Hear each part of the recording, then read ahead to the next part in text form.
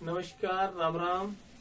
कल हमने बात की थी अध्याय 3 की, जो राइट टू एजुकेशन 2009 का अपना टॉपिक चल रहा है। इसमें हमने धारा 6, धारा 7, धारा 8, धारा 9 तक अपन ने अध्याय कर चुके थे। इसमें हमने धारा 6 में नवीन विद्यालय की स्थापना, जिसमें 3 वर्ष में प्राथमिक विद्यालय की स्थापना 1 किलोमीटर की दूरी पर होगी और उच्च प्राथमिक विद्यालय की 3 किलोमीटर की दूरी पे स्कूल होना अनिवार्य है। इतनी दूरी, इससे ज्यादा दूरी पर विद्यालय स्थापित नहीं कर सकते। ये अपने बात की थी। फिर धारा 7 की बात की थी वित्तीय प्रबंधन।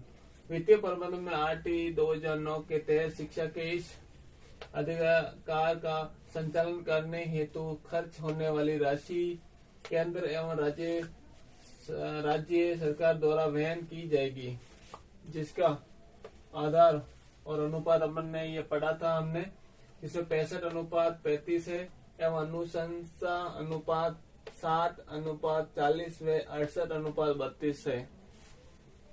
पूर्वोत्तर राज्यों में ये अनुपात 90:10 होगा। ठीक है, अपन ने ये भी कल अपन ने बात की थी। धारा 8 में समूची सरकार के कर्तव्य पर अपन ने चर्चा की थी और धारा 9 में स्थानीय प्राधिकार के कर्तव्य क्या होते हैं, कौन कौन सी योजना होती है, कैसे अपन आगे तक पहुंचाते हैं, ये अपन ने बात की थी।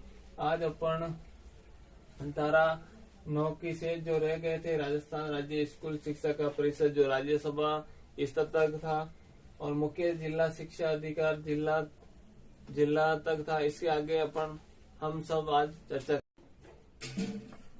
हेलो, नमस्कार, राम राम। आज फिर से मैं आपके समक्ष एक जो विशेष धारा रह गई है, उस धारा 10 से अपन पढ़ने वाले हैं। जो पहले अपन ने बात की थी RT राइट टू एजुकेशन 2000 अपना टॉपिक चल रहा है। आज इस क्लास में जो शेष धारा है उसकी अपन चर्चा करेंगे। निःशुल्क एवं अनिवार्य शिक्षा का अधिकार अधिनियम, इसकी राजस्थान में 29 मार्च 2011 को घोषणा कर दी थी और अपने भारत में 1 अप्रैल 2010 को लागू कर दिया था RT, और भारत देश 135वां देश बना था। आपको ये अपन ने पहले भी बात कर चुके हैं और इसका सांसद में महामहिम प्रतिभा पाटिल जी ने हस्ताक्षर कर दिए थे। और धारा जो भी पहले अपन ने पढ़ी थी, आपने भी दौरान किया था। आज फिर से अपन आगे कंटिन्यू लेकर आए हैं धारा 10। इसमें माता पिता के कर्तव्य, मतलब जो बालक की प्रारंभिक शिक्षा है उसका पूरा जो शिक्षा, प्रारंभिक शिक्षा का पूर्ण कराएगा पेरेंट। जो माता पिता है, बालकों की शिक्षा, जो प्रारंभिक शिक्षा को पूर्ण कराने की जिम्मेदारी माता पिता की रहेगी। ये धारा 10 बार कह रहा है, ये धारा 10 में है। तो धारा 10 क्या है? माता पिता के कर्तव्य है और बालकों की प्रारंभिक शिक्षा का कर्तव्य है, ये माता पिता निभाएंगे। धारा 11 में LKG, UKG और 3 से 6 वर्ष के बालकों की शिक्षा राज्य सरकार राज्य सरकार पूरी कराएगी और आंगनवाड़ी के द्वारा LKG, UKG, आंगनवाड़ी और राज्य सरकार के द्वारा धारा 11 में 3 से 6 वर्ष के जो बालक है उनकी शिक्षा पूर्ण कराने की जिम्मेदारी इनकी रहेगी।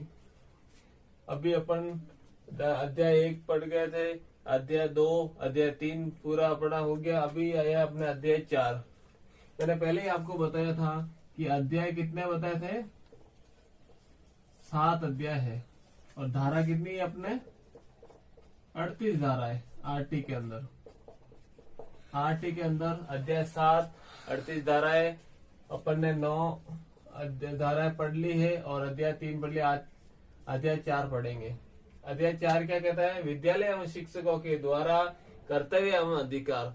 जो अपना विद्यालय है और शिक्षकों के क्या क्या कर्तव्य है, उसके कार्य के प्रति उसकी बात करता है। क्या? अध्याय 4।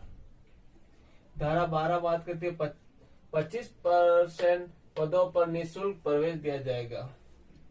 धारा 12 बात करता है 25% पदों पर निःशुल्क प्रवेश दिया जाएगा। जो भी सरकारी है, गैर सरकारी जो विद्यालय है जो भी चल रहे हैं, किसी भी विद्यालय में BPL के जो बच्चे हैं, जो गरीब परिवार के हैं, उनकी सीटों का प्रतिशत 25% रहेगा। मतलब 100 पर 25 बच्चे जो आर्थिक रूप से कमजोर है उन बच्चों को पढ़ाना अनिवार्य है, चाहे कोई भी स्कूल हो। ठीक है, ये धारा 12 बात करता है। धारा 13 प्रवेश शुल्क न लेना, मतलब विद्यालयों में प्रवेश निःशुल्क है, प्रवेश शुल्क नहीं लेना है। अगर कोई विद्यालय प्रवेश शुल्क लेता है तो 25,000 का जुर्माना है। कितने का? 25,000 का जुर्माना रहेगा, ये देना होगा। ये धारा 13 बात करता है। फिर धारा 14 आयु प्रमाण पत्र। इसके अलावा जैसे किसी विद्यालय में धारा 14 ये बात करता है, किसी भी विद्यालय में अगर किसी के डॉक्यूमेंट कंप्लीट नहीं है या आयु प्रमाण पत्र नहीं है, जन्म प्रमाण पत्र नहीं है, तो विद्यालय मना नहीं कर सकता। क्योंकि माता पिता का शपथ पत्र दे सकते हैं, या अस्पताल की जो पर्ची है वो आप दिखा सकते हो, या आंगनवाड़ी का प्रमाण पत्र देके भी आप प्रवेश ले सकते हो। ठीक है, ये धारा 14 बात करता है। अब धारा 15 प्रवेश तिथि का विस्तारण अधिकतम 6 माह तक किया जाएगा। विद्यालय में प्रवेश तिथि का विस्तार पहले प्रवेश जैसे कि क्लोज हो जाता है, कई जगह से बोलते हैं, लेकिन 6 महीने तक इनका प्रोसेस रहता है। कोई भी विद्यालय में एडवर्टाइजमेंट होगा कि प्रवेश तिथि का भाई आप अपने यहाँ से यहाँ तक प्रवेश की वो घोषणा करेंगे, पोस्टर लगाएंगे, आप उसको जानकारी देंगे और उनका एडवर्टाइजमेंट 6 महीने तक चलेगा। ये धारा 15 में। धारा 16 कक्षा 1 से 8 तक फेल नहीं करना, मतलब धारा 16 बात करता है कि अपन किसी भी बच्चे को कक्षा 1 से 8 तक फेल नहीं कर सकते, मतलब उसको कुछ लिखे ना लिखे अपन को पास करना है। ये धारा 16 बात करता है, क्योंकि किसी भी बच्चे को अपन फेल करना नहीं है। फिर धारा 17 शारीरिक एवं मानसिक दंड न देना। किसी बच्चे को आप मानसिक टॉर्चर नहीं कर सकते हैं और आप उसे मार नहीं सकते। ठीक है, ये धारा 17 है। 17 है खतरा, तो ये आप ध्यान रखें। फिर धारा 18 विद्यालय की मान्यता होना अनिवार्य। आप विद्यालय चला रहे हैं तो धारा 18 में उसकी मान्यता होना बहुत ही जरूरी है। ठीक है, धारा 19 विद्यालय के मान व मानक, मतलब पूरे वर्ष में एक शिक्षक अपनी शैक्षणिक कार्य कितने घंटे तक करेगा। एक सप्ते में 45 घंटे का उसका होना चाहिए। कितना? 45। विद्यालय की मान व मानक प्राथमिक विद्यालयों में एक सप्ताह में शिक्षण के 45 घंटे होना अनिवार्य है। ठीक है, ये प्राथमिक विद्यालय का है और इसमें पूरी साल में 200 दिन तक विद्यालय चलता है। और पूरी साल के कितने घंटे होंगे? 800 घंटे पूरी साल विद्यालय चलता है। ठीक है, उच्च प्राथमिक का भी अगर मैं बात करूं तो विद्यालय में एक सप्ताह में 45 घंटे है, 45 घंटे और 1000 घंटे पूरे साल में, और 220 दिन विद्यालय खुलता है। ठीक है, तो ये आप ध्यान रखें कि धारा 19 में विद्यालय की मान एवं मानक 200 दिन तक पूरी साल में चलेगा और घंटे रहेंगे 800, और उच्च प्राथमिक में घंटे के का समय है घंटे 1000 और दिन रहेंगे 220। तो आज अपन ने बात की आरटी के जो शेष धारा रह गई है उस पर अपन ने अध्याय किया है, और आपको ये पूरा मोस्ट इम्पोर्टेंट है, इसे आप जरूर इसको आगे से आगे शेयर कीजिएगा इस वीडियो को। ठीक है,